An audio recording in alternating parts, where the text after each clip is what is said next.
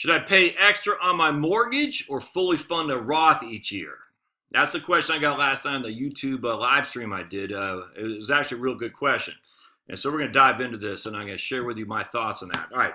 So the Clint had emailed. He said, "Look, I have a 3.5% mortgage, and I was thinking about fully funding my Roth between my wife and me, or I was thinking about using that excess cash, $14,000, and applying it to the mortgage.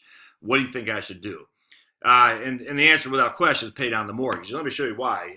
It's pretty, actually, when you think about it, it's actually kind of simple. But we're going to show you the starting point of a mortgage. So this is a 360-month payment because it's 30 years. All right, he's only into year 3, so he has 27 years ahead of him.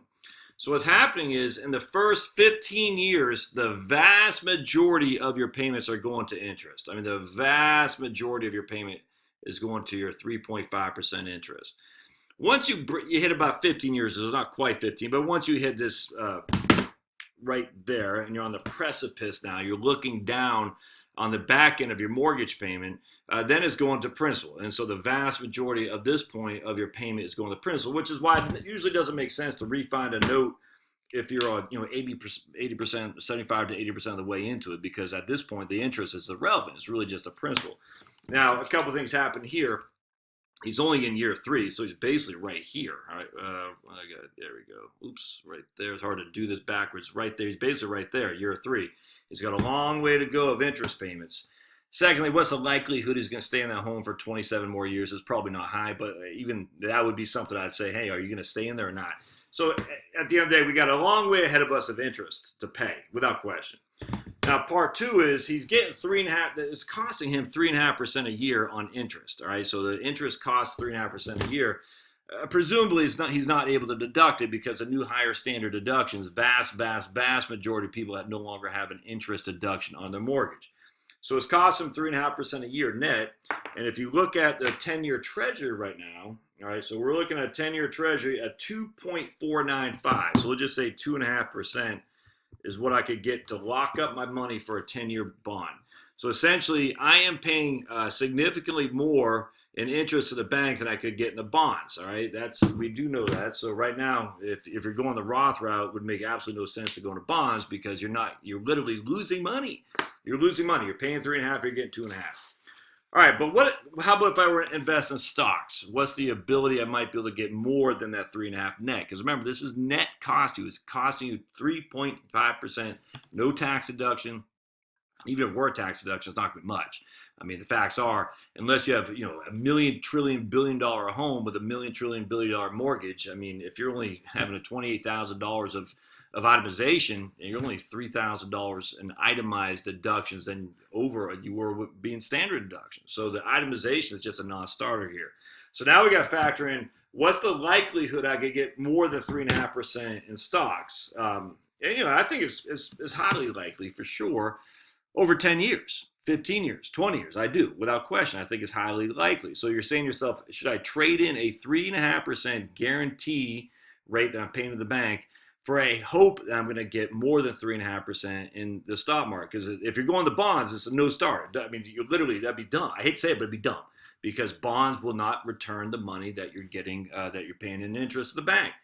But again, if we're going to stocks now, here's a drawback. Let's say you got 7% a year, all right? 7% a year. All right, so we got, we're starting here today, and we're getting 7% a year, all right? So that's the way we're looking at it. We're looking, okay, I'm plugging in money 7% a year between now and we'll just say year 10. All right, but it doesn't work like that. It actually works like this, up and down, up and down, and up and down. And so here's the dilemma, is that what happens if I need that money in year 8 and the market's, just taking a tank because whatever happened?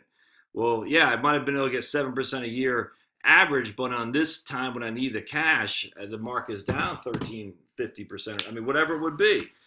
So you're basically saying, okay, do I think I can get 7% a year in stocks? Yeah, I do over a longer time. I mean, I really do. I use 7% a year for sure. But any given, not just year, but 2 or 3 years even, you might not achieve that.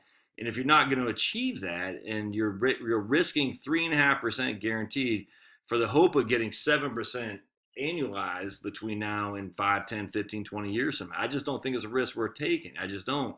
And so what I'd rather you do is just, hey man, just pay off the mortgage, 3.5%, because that will increase your equity immediately without reliance on the stock market.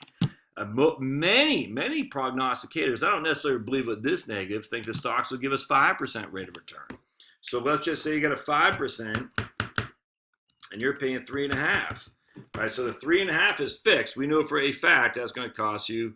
It's going to be hard for me to do this. Let me just do it here. 3.5% is going to be flat. Right, we know for a fact it's going to cost 3.5%. The 5% is going to be up and down. I mean, it's going to way it's going to work on the 5%. So I'm not trading. I don't think it's worth the risk to trade a 3.5% fix for a 5% variability in returns. I just don't think that's worth the risk, man. I don't. So I would pay that off.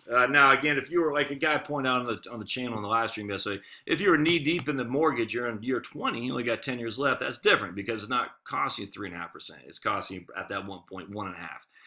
In this case, I would absolutely pay off the mortgage instead, without question. And hopefully you have other sources of liquidity through a 401k, 403b, or TSP or something like that. Hope this helps, man. Pay off the mortgage. All right, we'll see you guys.